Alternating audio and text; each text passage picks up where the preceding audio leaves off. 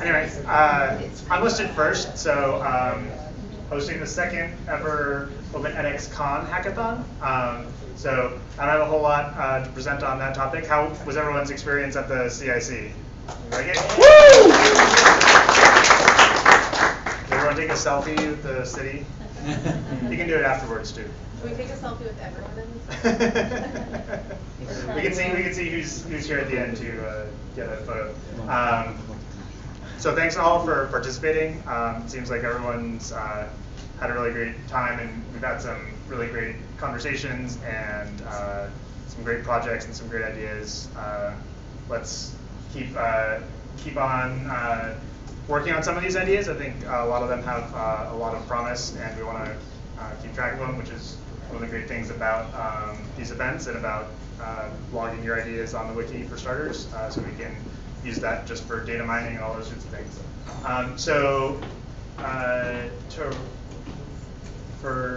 We're just going to go straight down the list, so don't sneakily insert yourself in here unless you really, really feel like you need to go at a certain time. I know we had one request to go at the top, so who was it that? Felipe? Is it Felipe? Felipe? You want to start off?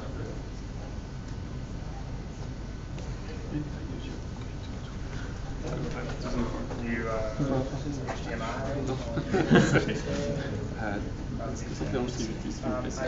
I think HDMI. Oh, okay. Ça marche pas sur la tablette. Did someone post the live streaming link to the chat? Yeah, they did. Yay, thank you.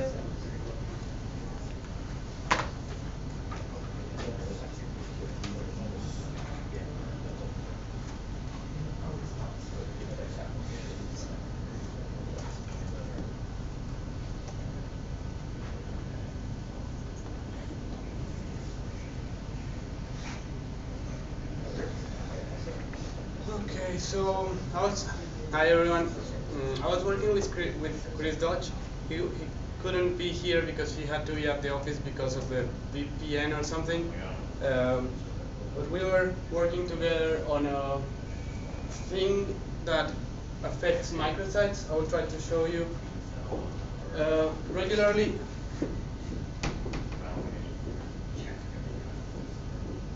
like for anything related to microsites, you need to do something that's pretty similar to this. From microsite configuration, import microsite, and then in your function call microsite get value, and then platform name, and then if that doesn't exist, or if it's not a microsite, then try to get the regular settings thing. And it's very difficult to keep up with that, and it's very difficult to teach new people that this is the way of calling some settings that are microsite aware, and it just doesn't work. And there's like 150 places at the platform where this has to be called, and it doesn't really unite anything. So we were working on a function to make it look like it's a regular Django settings.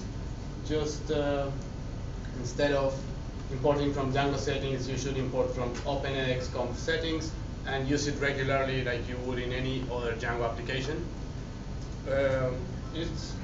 I could show you that running, show it in a microsite, but it's just the same as regular microsites. It just makes life much easier for anyone to make a feature that is microsite aware. So yeah, we were doing that. It's very difficult to test it because I needed Chris to test it on the sites that you're hosting on edX.org, but he did, and we hope that we will be merging this pretty soon. So everyone, me included, can forget about this syntax and go back to regular Django syntax. That's pretty much it.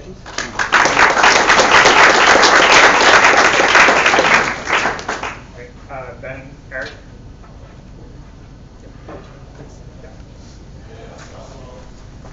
Want to use your laptop? Or? Yes, please. Cool.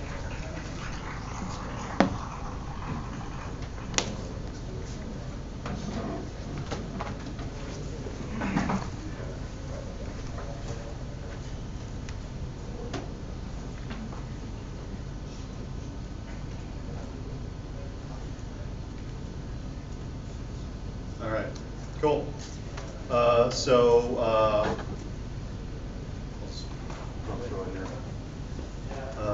we're trying to get everybody some time. That was our big investment here, was to get time back. So we were looking at running bok choy with multi-processing enabled and nose tests. And to give you a feel for it, if I can get this. Everybody see that? How's that? Bigger? Adam? Yeah, bigger. How's that? Good enough? One more? Okay. All right. Let's see if it close up here. So you see, I just ran a test class, 97 seconds. What we did is we set a new switch into paper to organize everything you need to run in multi-processing mode. There are a number of things that were needed. We needed a fork nose. We needed to use a custom plugin someone had built in order to handle XUnit output.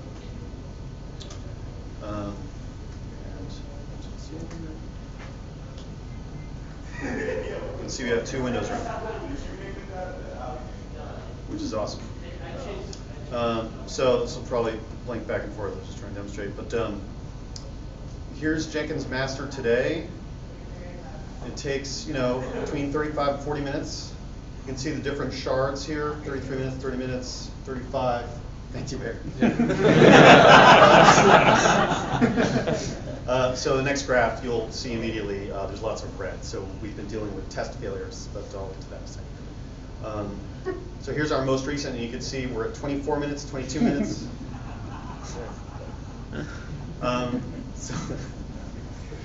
Which is a huge improvement, which is awesome.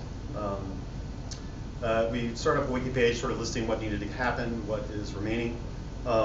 Basically, any test that relies on the events mix-in needs to be reworked a little bit, because that mix-in will drop the Mongo database that stores events between runs. So that's what Eric and I worked on this afternoon to sort of work around that. We made some good progress.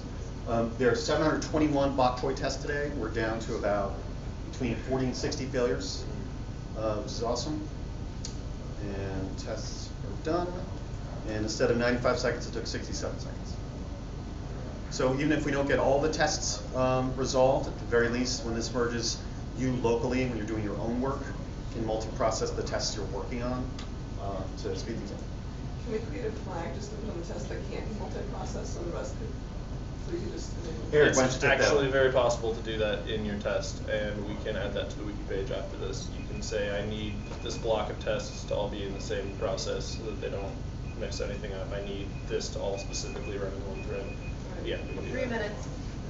All right. All right. Thanks. We'll get out here.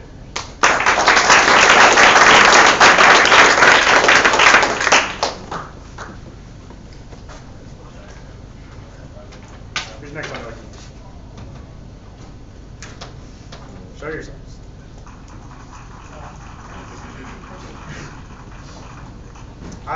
Guillaume, Ludovic. Yes. Elise. You guys have your own?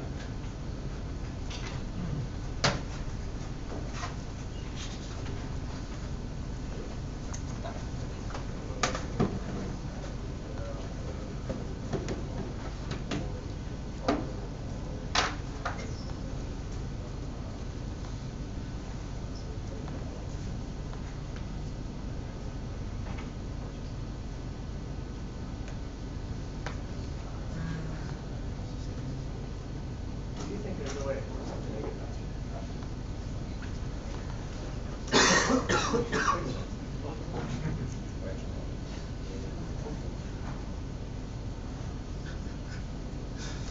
So,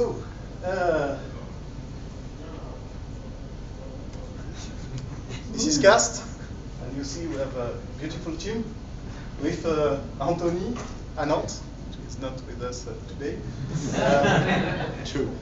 Ludovic, and Guillaume. So what we wanted to do was to allow professor to create their video directly in the OpenEDX. So as you can see, you click on Edit, and you start recording.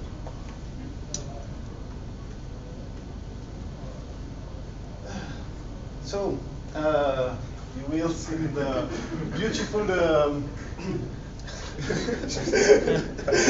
camera, and so it records, and you change your PDF page while you are speaking, and we are recording the stream that you can see.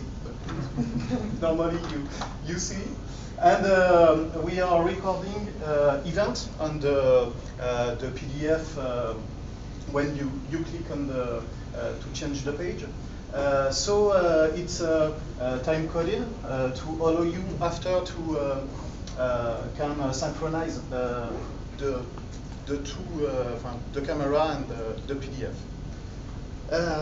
In a normal way, we will replay the same stream, but at this time we have not the system to encode the video, so we are playing another video that we recorded before.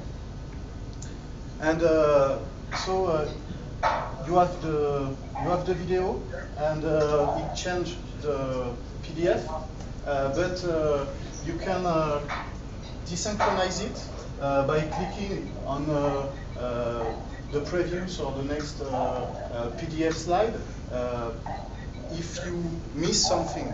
Because in MOOC, you have all the information on the same video, so the speak and the PowerPoint or something else, and we wanted to allow we wanted another way to present things to learners and allow them to continue the speech, but change the slide if they miss something. So, as you can see, we are in a hackathon, so it's not a production thing. We have a beautiful GitHub website to see everything, and it's really beautiful, but don't put it on production. Not today. Okay, thanks. Thank you.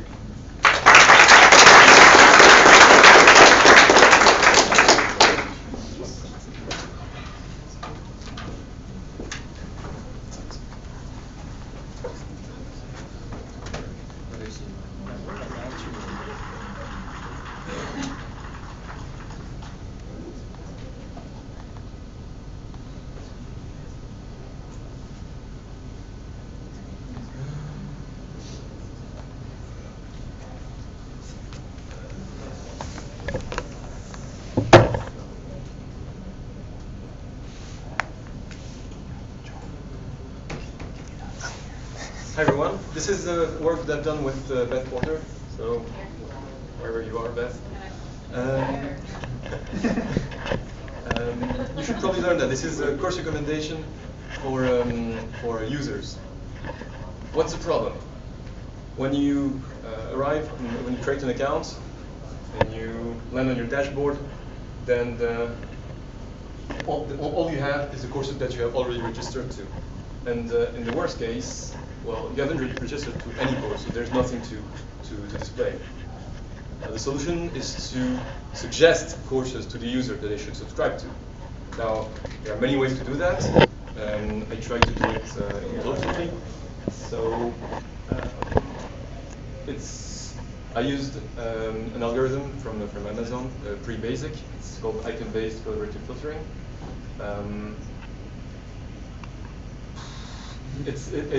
We compute a similarity matrix. We sample the best courses for the users based on similarities with other users. So if there are many users who have picked the same courses and then other courses, then these new courses are suggested to the users. It's pretty clean.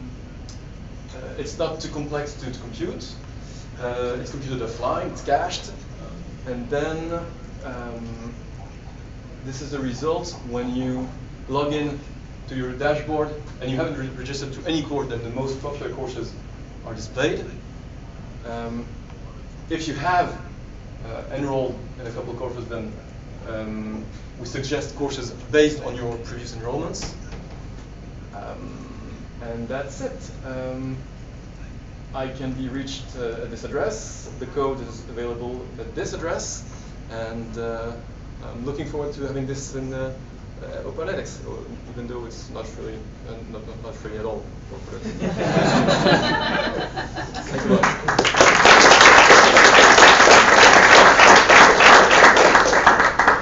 Question. Could you build in functionality that would suggest courses based on courses other people have completed? Sure. It's the same algorithm. Yeah. Adam?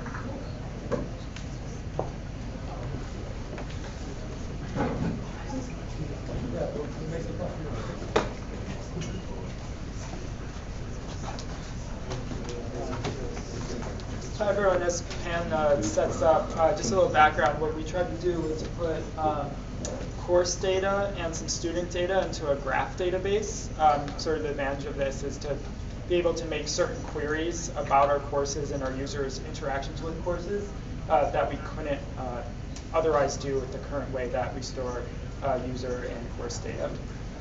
So we're going to present a series of queries that we're able to run once we put this data into Neo4j, which is the graph database we use.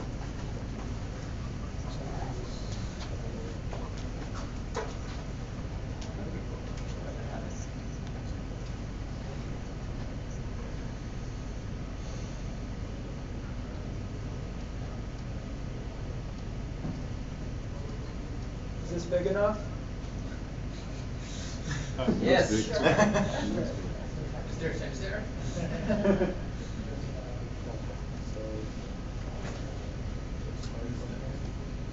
So the first query is, how many HTML elements do we have?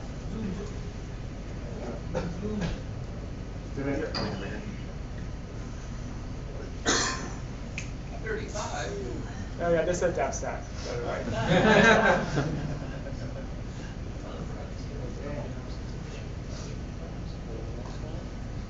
What's the next one? This is how many currently open assessment problems are there? This is a question we can't answer right now sufficiently. So here are 2 courses and our 2 open assessment problems, open assessment problems. Now this is how many students are enrolled in courses with currently open assessment problems. So those little green dots are the students.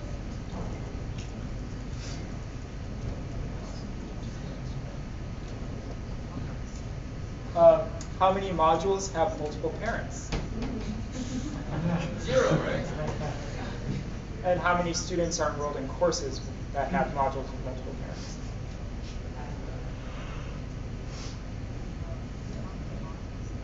And what do these look like?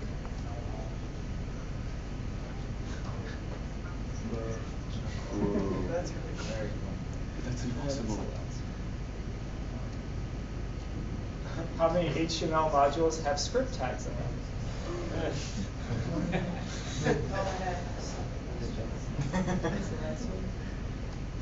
Oh, that's the same one. Yeah, that's all. Yeah. What's it built on? Neo4j. Just won't show everything in the graph. Oh yeah. I'll just show it this once. Probably sure. Yeah. This is everything in the graph.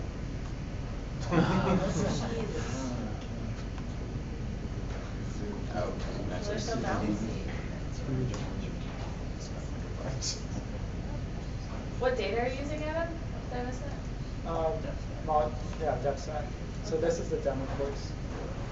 Okay. And that's a little course that we made.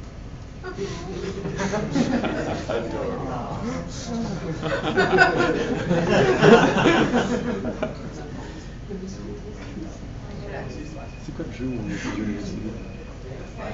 Time. Is that bigger?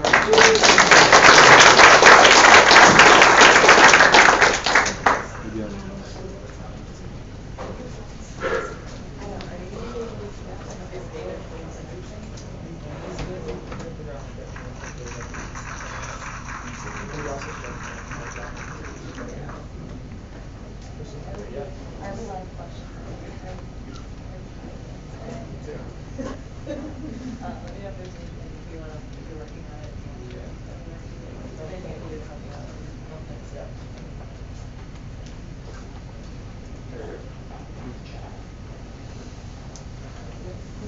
When this is Hackathon starts.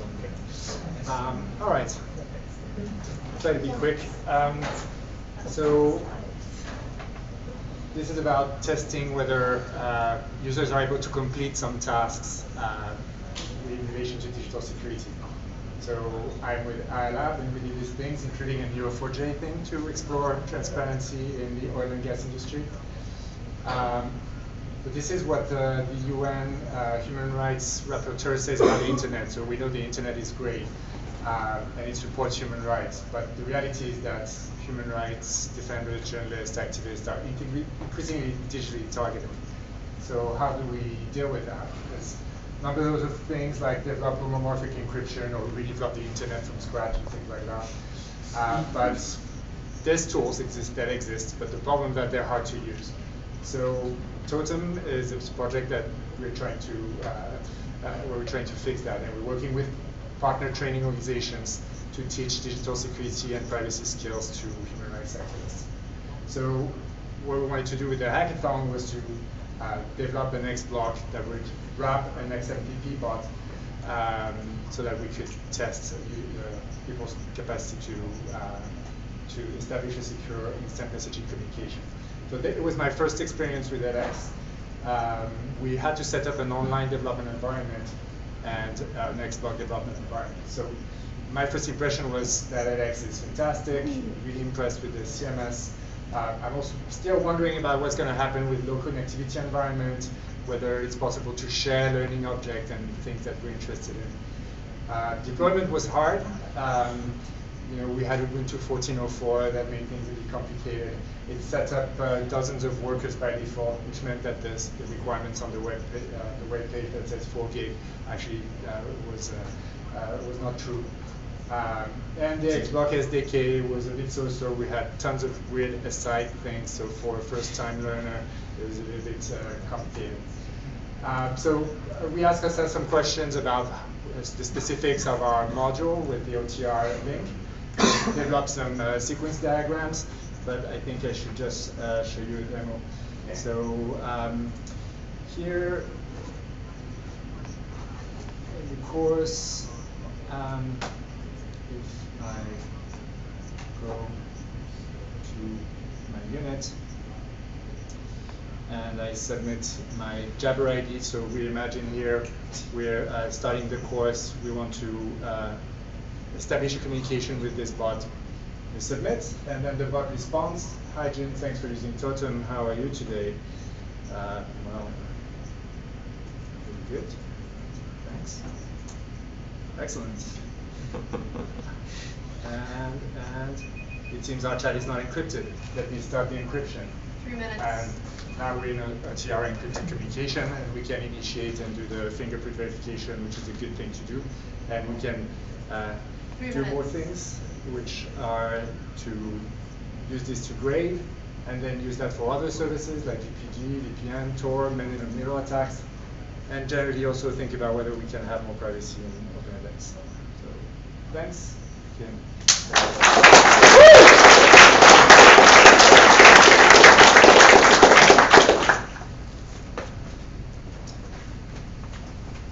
Mark? I need your laptop. I'll even start cutting myself down. Everyone always complains how they don't know about X blocks. By that specifically, which ones exist. So I spent some time looking at what X blocks exist. Here's a bunch. I don't really know how many. I only found a few. And every time I talked to someone new, they gave me another web page to look at that was equally incomprehensible to the first. How do I make computer work?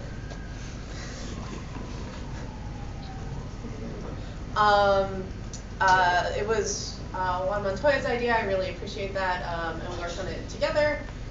Here are some things that we were thinking about, like what kind of information do we want to have captured. there were some ideas.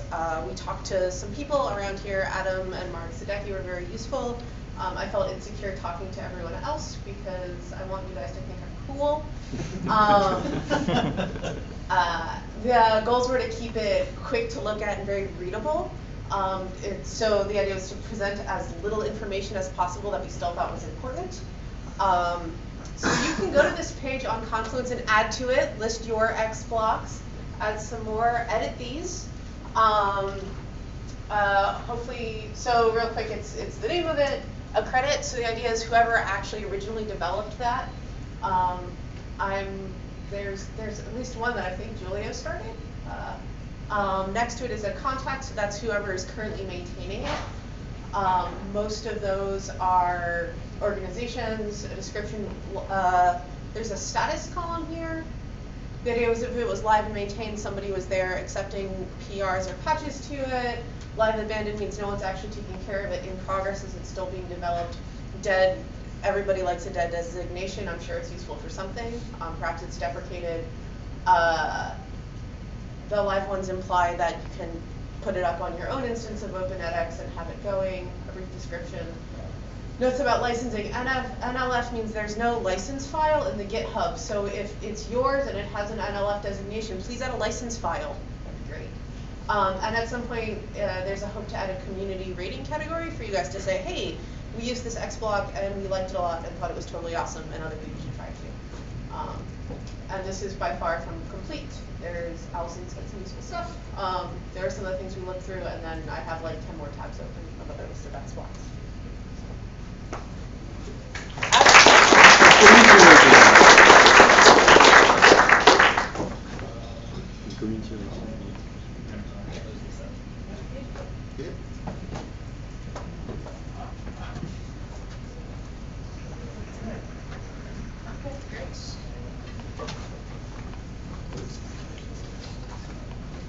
Okay. So Peter and I were on the teaching learning team until recently. And one thing we found useful was having very consistent cover letters on our pull requests so that people could sort of see what was going on at a quick glance. So we created it's Peter's idea to create a web hook which would listen for new pull requests and add a cover letter to them. And cool, good. I want to just reset, click the command.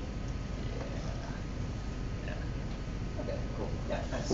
All right, so this is the repository for our webhook. So let's go ahead and make pull requests really quick. I'm just going to use GitHub's UI for editing things.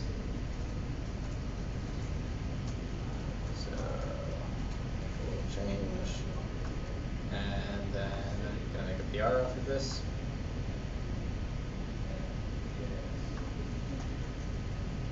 In a second. Hey.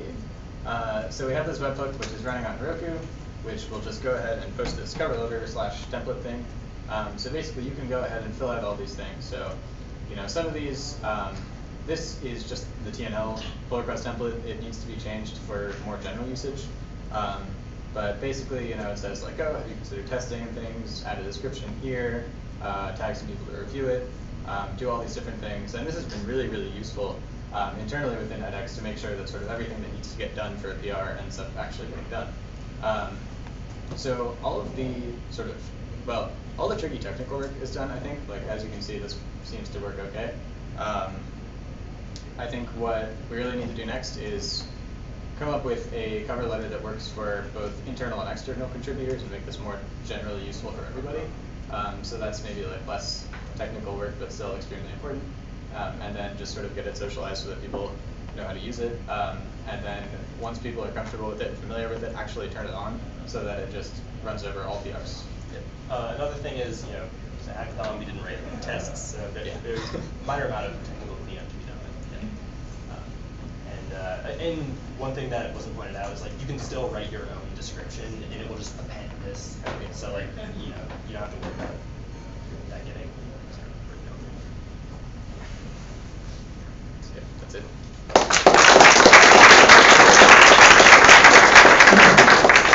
Fred, you can go ahead. Thanks for letting me jump ahead. Yep.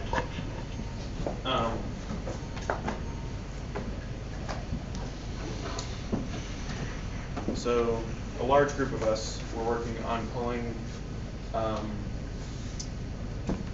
as a first pass, DevStack into Docker. So for people who aren't familiar, Docker is a virtualization or containerization technology that allows you to work with an entire ecosystem of containers that you can pull in and mix and match and pull together to build large systems. This is what it like. Okay, so we pulled a lot of parts of DevStack into Docker.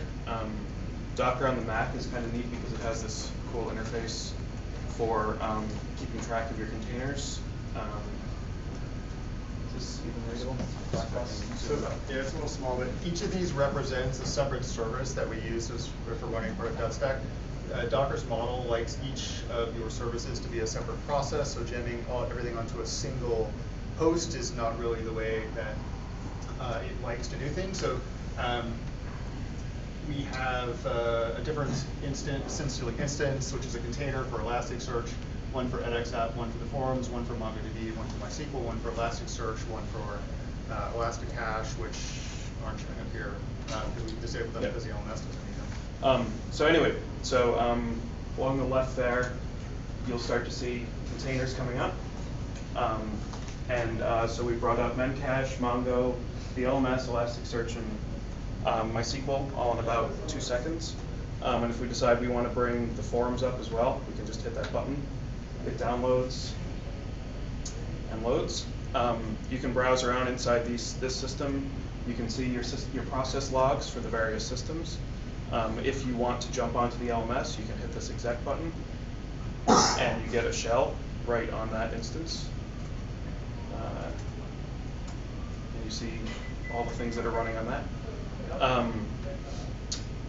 There's a couple things we're still working out on how to get this thing sort of productionized, but we made a lot of really great progress in the past 2 days. Good. Big branch with a lot of commits and a lot of contributors. So just thanks to everybody who participated on the team. From Morgan, Ali, Neil, Fred, Max, who was sick today. Who am I forgetting? Gabe, Gabe, Philippe. Lots of people played a part. Thanks, everyone.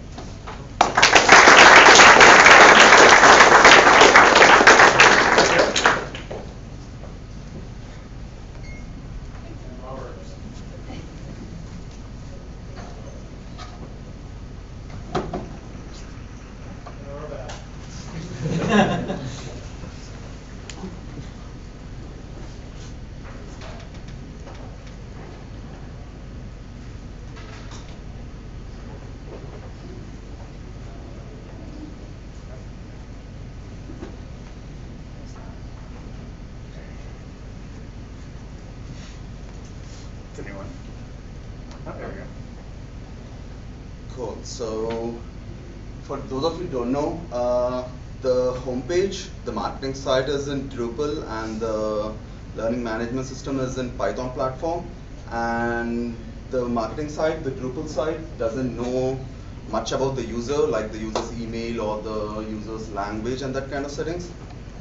So I wanted to add a login feature where people can log into Drupal using the credentials that platform gives us using OAuth.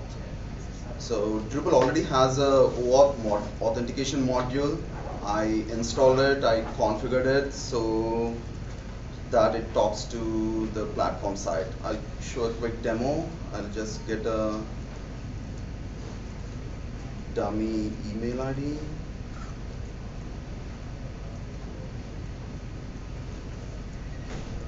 And here on the platform, I will register.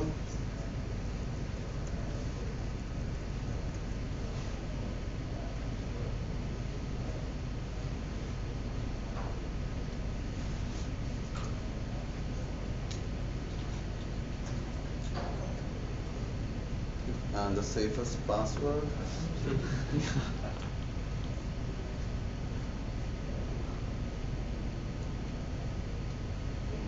Okay, once my account is created, I will just go ahead and change my language settings.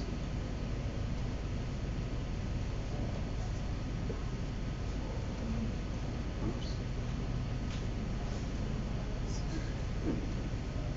That's a bug and platform on stage. So preferred language, let me say Spanish or French. My changes are saved. Now if I go to Drupal marketing site, it's not single sign-on, so it will not automatically log in. I just need to use the same password and stuff. So my username, which is this, and the password. So now it has created a user in Drupal and it has imported profile like language, which is French. And now that I'm logged in, it has added a new menu link. Ignore this because for testing, I just added this link and it pushed down.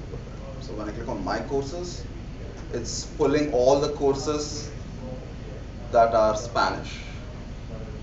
It's not the courses that I enrolled in, it's just in Drupal we have a catalog of all courses and they are tagged with languages. So since now Drupal knows that this user knows Spanish, it can, on a page, it can pull all the courses that have it Spanish. Time. Cool. That's all I want.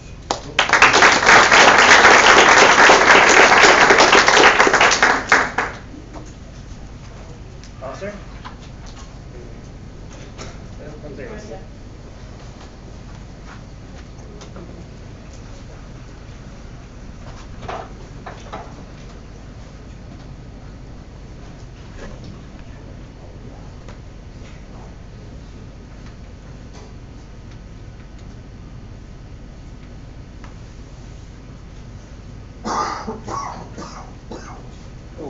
So for this Drupal site, you were just mentioning as a user menu, and then platform also as a user menu, which is two different JavaScript implementations of the same thing. So my project was to take the one that I wrote for the Drupal site and drop it into the UI toolkit so it'd be reusable. Can you speak louder, please? I will try.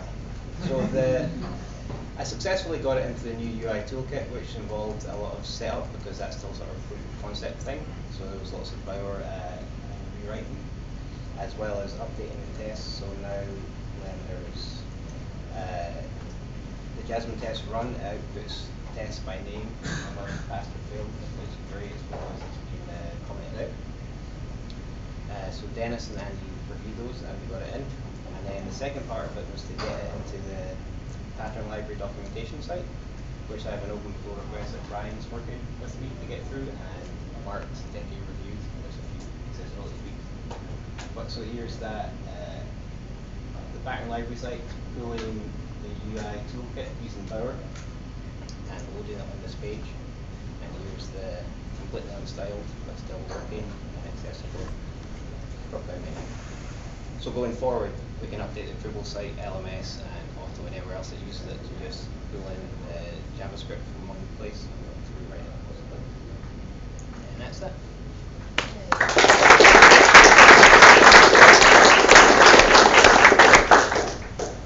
Victor?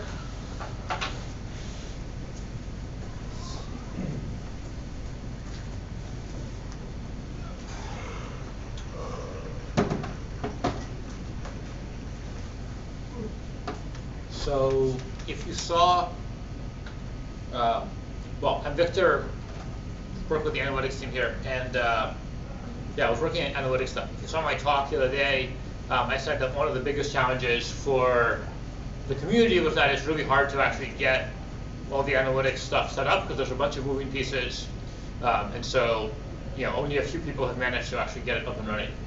So what we did, and this was with a ton of help from Gabe while he was waiting for his Docker stuff to reload, was basically make initially instructions and then a script that you can run on just like a bare machine to point it at your LMS and get insights and all the analytics pipeline stuff up and running.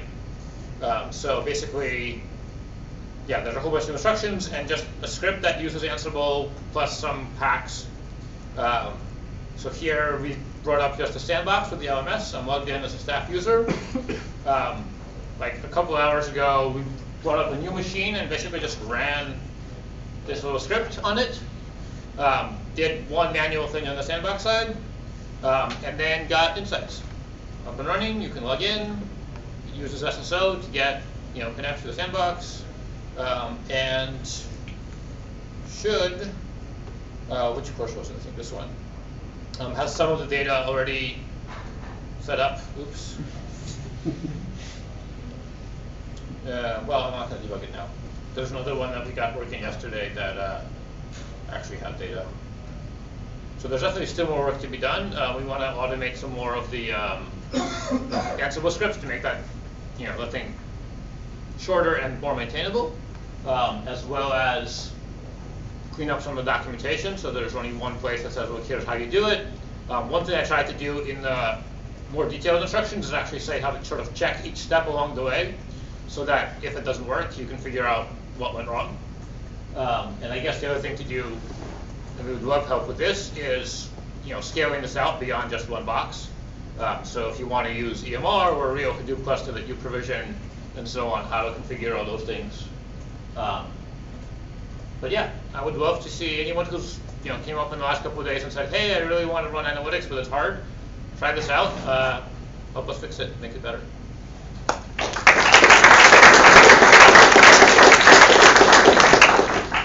Jenny?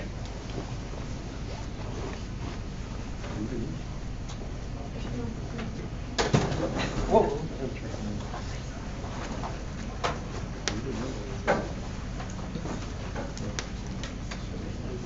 This is gonna be a really quick demo because we are working on a really technical feature, namely adding support for require.js in Xblocks. And what's coming up? It's working. Oops.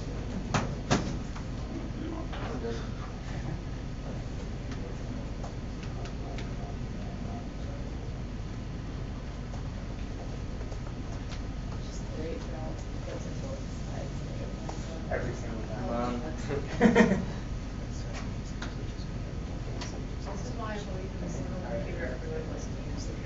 Well, I don't know. It just ended. It was working.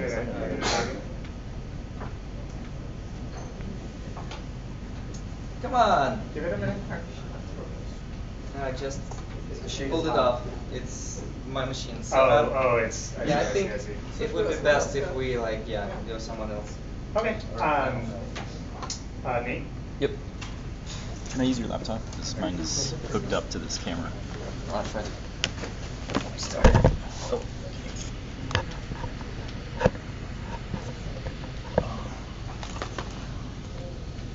It's pointing at the ceiling.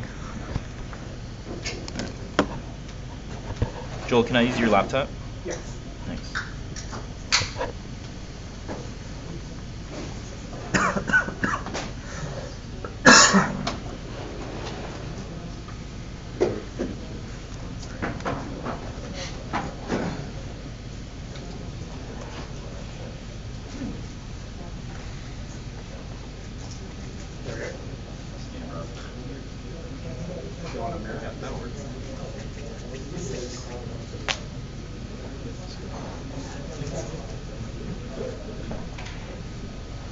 Okay, so as I was saying yesterday,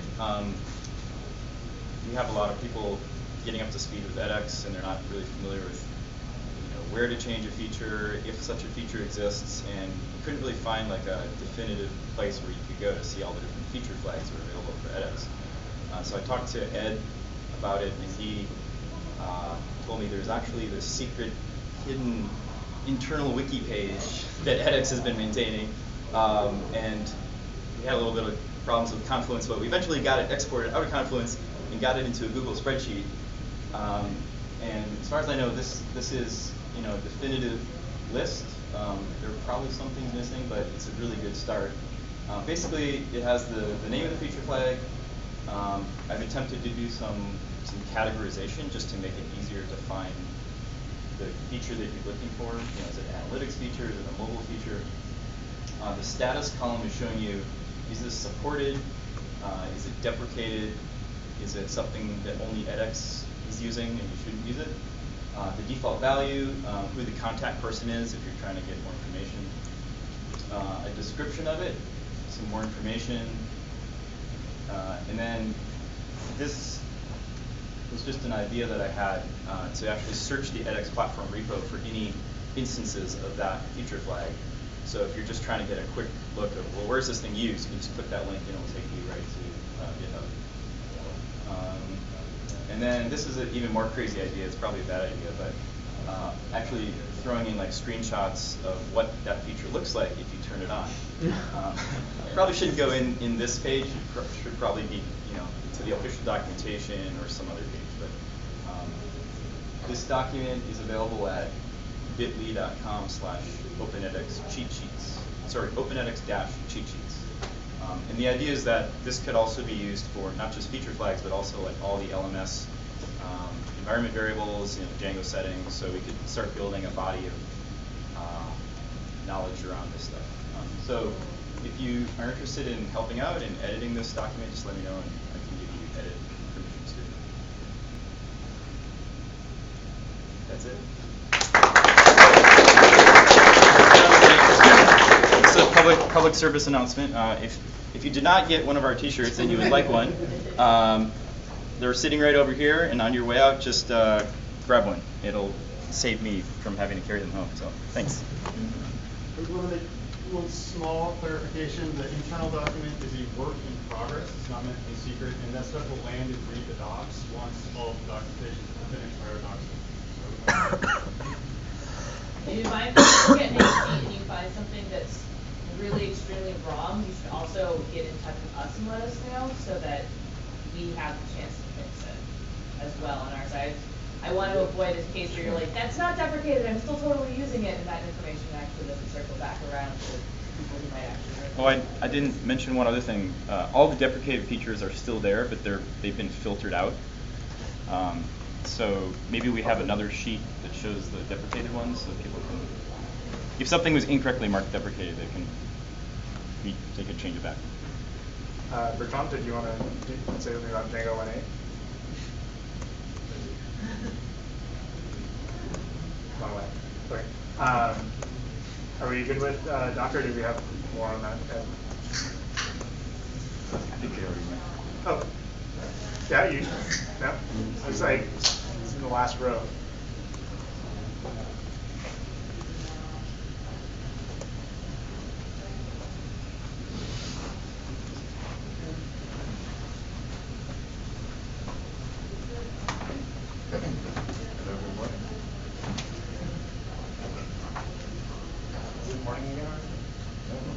Kind of.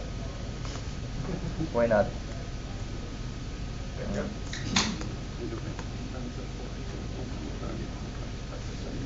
Okay. So I've been working on helping migrating the LMS and the whole edX to Django 1.8. So I'm gonna run it right now, just in front of you, here.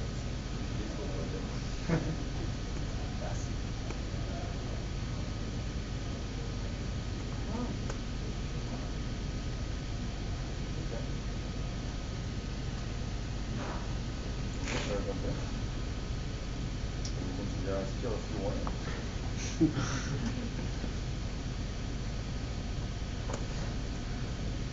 And it's running now. Here. Yeah. It's running faster than ever. Yeah.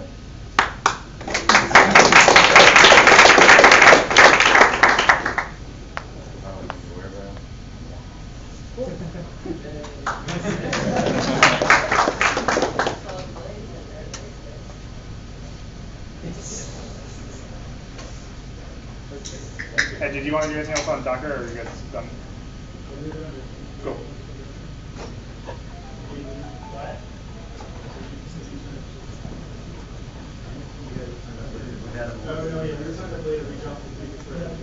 Yep.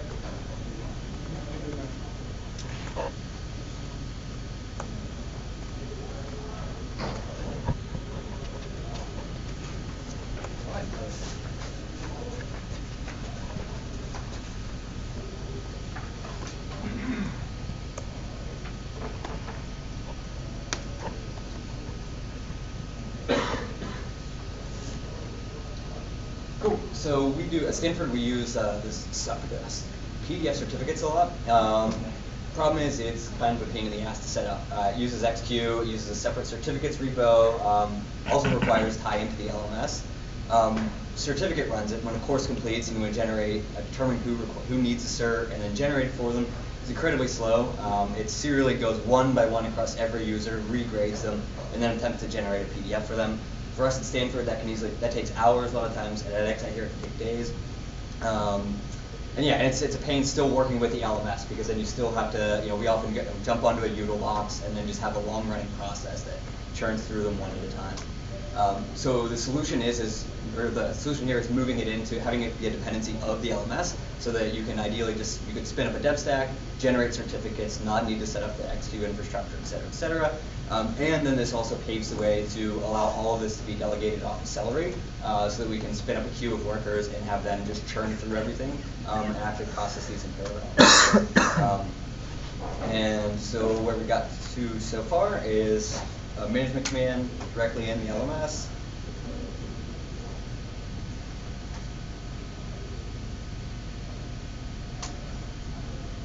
And here's a certificate for everyone that was in that course. And yeah, so it's running in DevStack at this point. The way it was developed, it's completely backward compatible. It's implemented as a new management command that can coexist with all the existing infrastructure. The certificates repo as well is backwards compatible. Just some minor changes there. And then moving forward, just some minor cleanup and configuration will need to merge with this. Didn't get to the Celery processing at this point, but what's implemented now will still work and will still be at least an ease of configuration for the for an entire course run. What this won't handle is ad hoc user requested certificates, which we use a bit at Stanford. But again, because of the backwards compatibility, that can still keep working just as it was.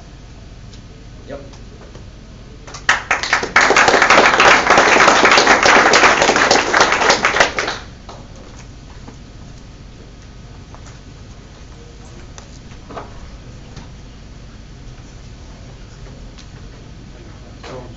Similarly, I also did some work on certificates, and the PDF certificates need templates, and that is currently how many templates we use at Stanford, and a lot of those are actually, if you look at the instructor down here, Jennifer's has actually 13 courses associated with that, but this is still a lot of certificates, and we really we'd rather not have to use that many, or rather any. So this is another certificate, and as you can see, it has a completely different scheme, which these are the completely different color scheme which I generated by just running the usual create PDFs, which is part of the certs repo. So I run that, and now I remove it. And if I go back, it's this one here. But now I can check out a different hash, different SHA. And now if I generate certificate, it switched, and that is the exact same certificate, just rendered using code. Those are the changes I made to go from one to the other. So it's just commented out lines. So basically it's just some color changes, and all that text on here, all text except for that logo at the top and the signature is all completely computer generated, and it starts with a blank PDF, slaps on 2 images, and renders the rest with the computer, which means you can make as many as you want. And as you can see, it's really easy to switch between one and the other, so theming is a piece of cake.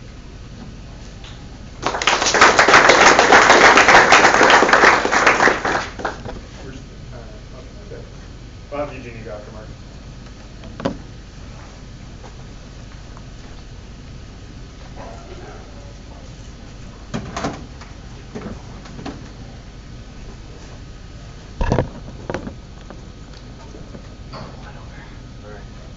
All right. Let's see here.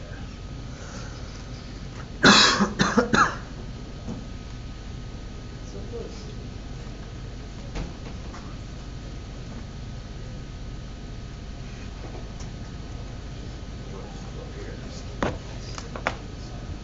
Okay, so When we do testing, accessibility testing at edX,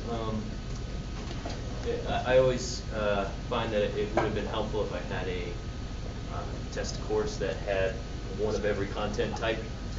We've been starting to do more automated testing and crawling of courses, and again, that made it even more obvious that we needed a course that had every single different content type. And as I went around the organization asking people if such a thing existed, they were like, not that I know of, but it's a good idea. So we decided to get together today at the Hackathon to build this mega course for testing. Yui from Gutenberg Technology and Peter Wilkins from MIT and Juan Montoya from EduNext, who had to leave. They all helped out tremendously. So what we ended up with, so we tried to enable as many settings as possible. These are all things that don't require any additional configuration or special configuration. Turn lots of false statements true in here. Ended up with this course, test 101 testing course. You can see we actually tried to break things a little bit on purpose. So you can see we have a lot of custom pages in here that cause the nav to wrap. These are conditions that we would like to test for and eventually find solutions for. We tried to, this was actually a good opportunity for us to, what we ended up doing was going through, read the docs and just literally reading all the docs and figuring what can you do with edX. And as we found these new things that I didn't even know existed, we would add them to the course. So that was actually a really good exercise for me because I became familiar with all the different things you could do with edX. When we had time, we actually provided links back to the documentation for certain content types, so that if you load this course into your dev stack or Sandbox, you'll be able to actually find out more information about some of these content types. Let's see. We did something like this is an interesting one where we have lots and lots of sequentials just to see what would happen.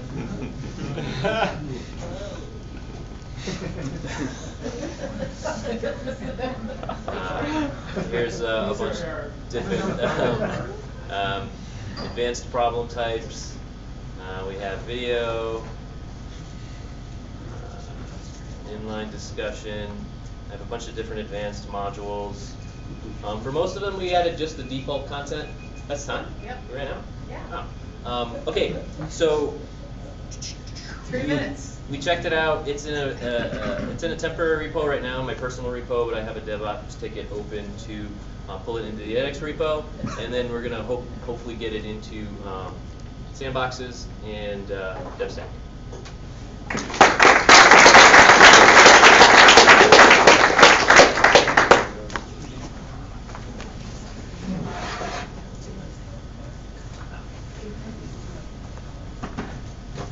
Yeah, I hope that this attempt won't be as quick as the previous one. We're all ready for you.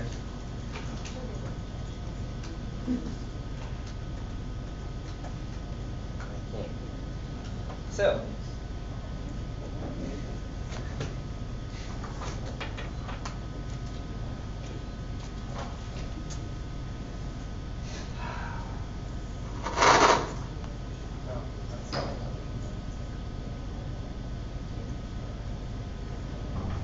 Nope. yeah. Okay. More complicated. Just works.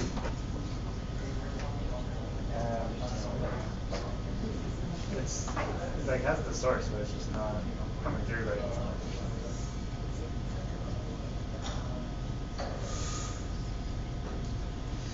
Okay.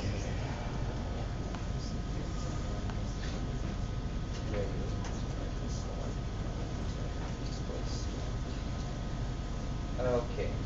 I need to. You want to take this computer and apparently there's sound. sound. Your HDMI. Yeah. Is there something you can load on this computer, Eugene? No, I didn't think so. Okay. You want to just talk about it? I think I'll just do that and switch it.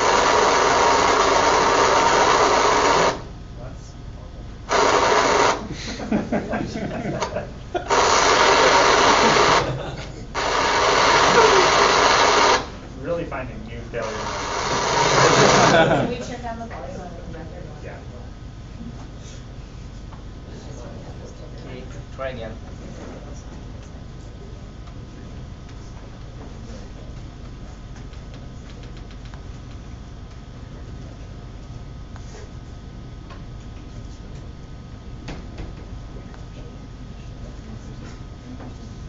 I've plugged it in. Okay.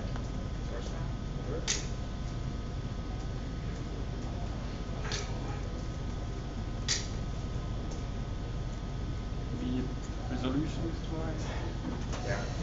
Resolution is standard HD. Okay, looks like I'll have to tell you. Tell us. So we worked on enabling required JS support for X-blocks, and I have like really tiny X-block that do have some use cases for required JS, and it actually have two JS files, main.js and utils.js. Utils.js provide one method that shows a message on an X-block, and it kind of works in LMS, Studio, and Workbench. Woo. That's it.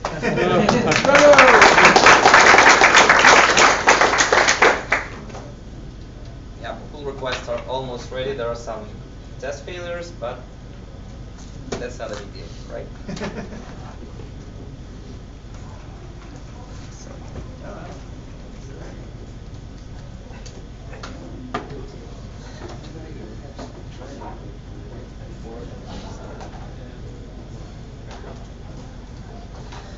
So right now there's an issue that a couple of you have come and talked to me about, and I thank you for doing that because I wouldn't have worked on this project if I hadn't heard a lot of feedback at this conference. The problem is that the TransFX project for OpenEdX has a lot of strings. It's very popular, but it's always reflecting the current state of edX Platform Master. And so for those of you who are running in a different language, you try to pull translations, you update to Cypress. If you try to pull down the most recent translations from TransFX, they might actually have such a differential between the named release and what's on master that there may be strings missing, and it's really unclear like how you should proceed. And wouldn't it be great if edX provided the translations at a point in time as well as the code at a point in time? So I worked on a bunch of scripts to try and help make that happen. I did a bunch of configuration work in hand tools. None reviewed this. He reviewed that one. He hasn't reviewed this one. I have some work in progress, pull requests to edX Platform to get this tooling in, and I tried using it on the Cypress branch as well. And so this is my work in progress result. The ultimate goal is going to be 2 TransFX projects. We have the edX, OpenEdX TransFX project, and then a separate TransFX project is going to be the OpenEdX releases project. Now, I wanted to make these logically distinct so that especially users of edX.org who want to translate strings on the edX.org website, because we advertise there, don't confuse as to what project they want to use. But for those of you running on releases, you'll know you can go here. I'll document it and stuff, and we'll cut a release of the translations at the same time we're cutting the release branch. So yeah. So this is like a work in progress. It won't quite work from Cypress because I only have we only pull into edX Platform the translations that are both translated and reviewed. So I only have those translations for these target languages. So I'm going to finish the work that still needs to be done is I need to work on tooling to pull down every single translation that exists at that point in time for every language, even unreviewed ones, and then copy them over into the release branch on TransFX. So that little bit is actually, sounds like a lot, it's actually just a little bit more than I've done so far. And then we'll hopefully have this for Dogwood.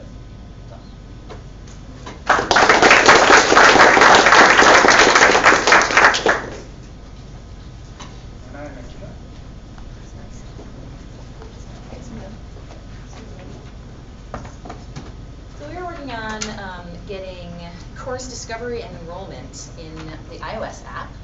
And we thought we'd show you a before and after. So I will be the before. Here I am, I've registered on the mobile app as a user, and when I go, what I see is find a mobile-friendly course. When I do that, it asks if I want to visit the web page in Safari, so I do. And when I get there, it asks me to log in, and if I do, I don't really need to show this to you, but if I do, then what I get is a pop-up saying, sorry, you can't access this because you have not activated your email, so then you have to go back to your email and you have to go through that process before you can then go to the browser, before you can then go back to your mobile app. So, now for the after. So we do actually have student discovery enrollment in the edX.org app, but it's like super hacky and like talks to this Drupal web view, and so it's definitely not open source friendly. Oh, sorry, I forgot to mention that this is like a third-party app that we push to the App Store. Yeah, so first of all, it's not edX.org, that's independent of this being a cool demo. That's the first third-party shipping of our app, which is awesome. So anyway, here I have me logged in as someone, and fortunately I'm learning all about demos, which is what I'm doing right now. So I'm going to go over to Find Courses, and first you can see a list of courses that are available on this cool sandbox. And oh man, I just love bulk email. So I'm going to sign up for that. You can see I've enrolled successfully. And I go back to my course list, do a little pull to refresh action, and here I am. Sign up for learn about bulk email. Cool. And that's it.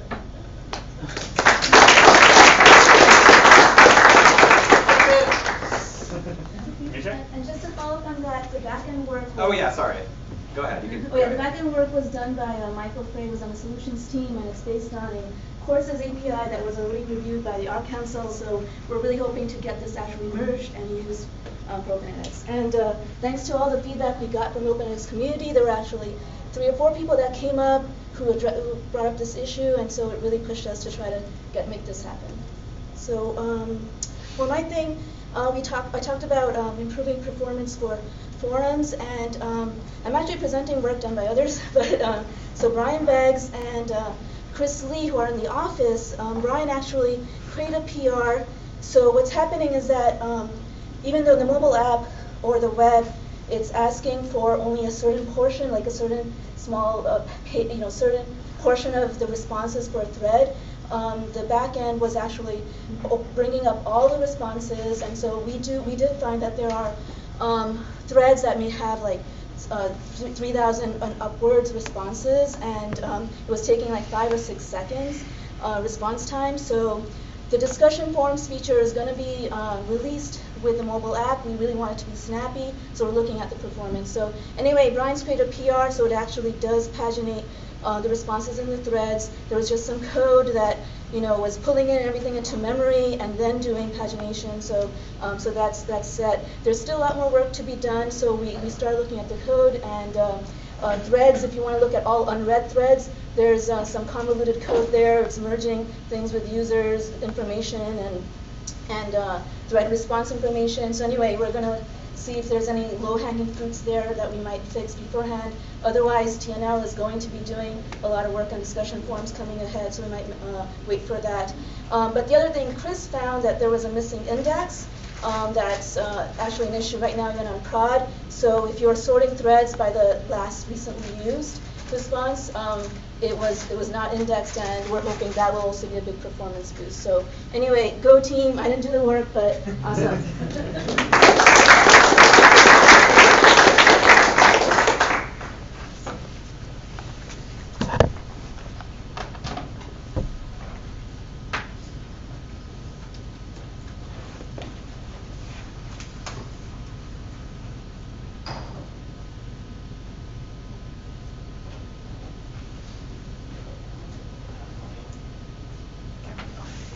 So I'm going to show a tool that we use to create our sandbox stories when we have pull requests on edX platform, and the improvement that happened during this sprint with the help of Regis, who actually did a good part of that feature, thanks, is to automatically reprovision it whenever there is a new commit added to a branch.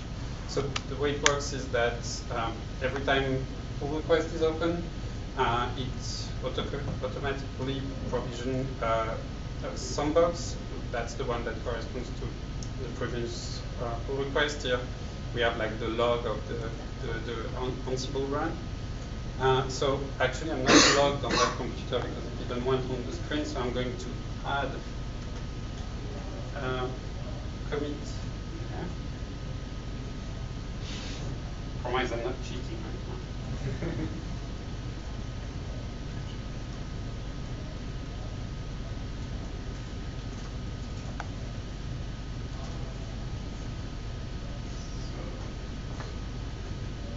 New commit appear and so on. So and hopefully here, so it takes a little bit of time because we don't have hooks into the platform, so it takes about 1 minute time for the hook to appear. So in the meantime, I'm going to show you how it looks like concretely for real life pull requests. So that's a pull request from Matthias, who actually has his description. And there is also something nice that works with this, is that you can add some Ansible configuration directly in the pull request. And here, so we have activated the French language, but the combined login registration.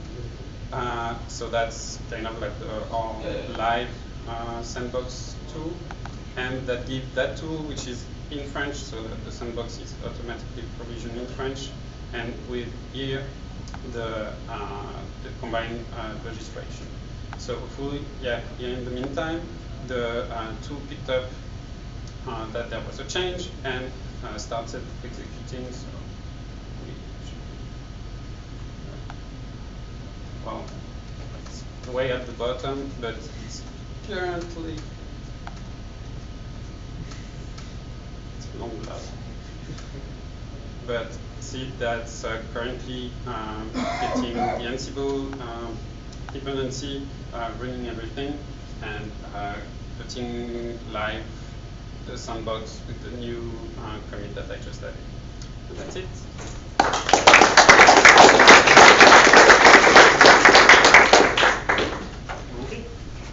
I actually added myself on the work, yeah. Awesome. Go for it.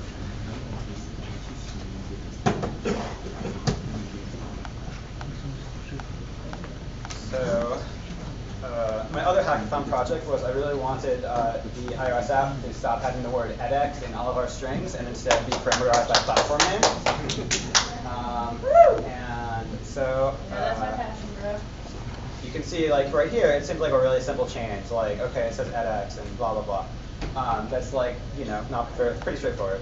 But here's the thing, which is that you change these strings, and they're doing these like string substitutions. You have to make sure to pass the format, and probably you forget I missed one, and there's like a whole bunch of these. But recently I made a thing that basically takes this strings table that we have, and for anything that's parameterized, and you see these things in curly braces are parameterized, it detects that and generates a statically checked function for the string substitution. And so I figured I should update all of those strings to actually use this thing that I wrote recently. So this PR is really straightforward. It just goes through this table. But here is the like 400 or 300 line addition, 300 line deletion, where I went through and actually went through all of the strings in the code, switched them to the statically type checking thing, and switched that. And then it made the other change really easy and was much more likely to be correct. So anyway, cool.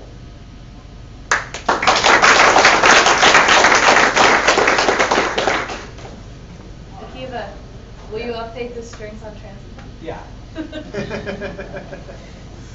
Do we miss anyone else? Anyone else want to come up and share something cool we've been working on?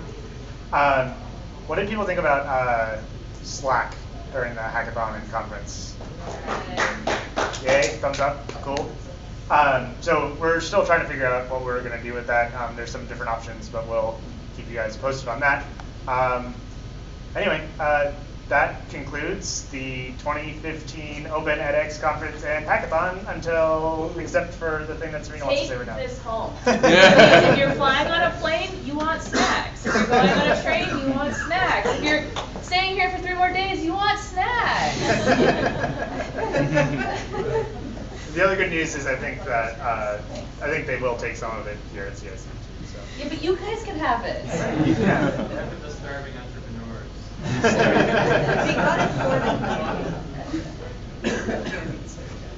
On that note, thanks everyone. It's been great. It's been great meeting all of you. I really appreciate all the great work you did. So.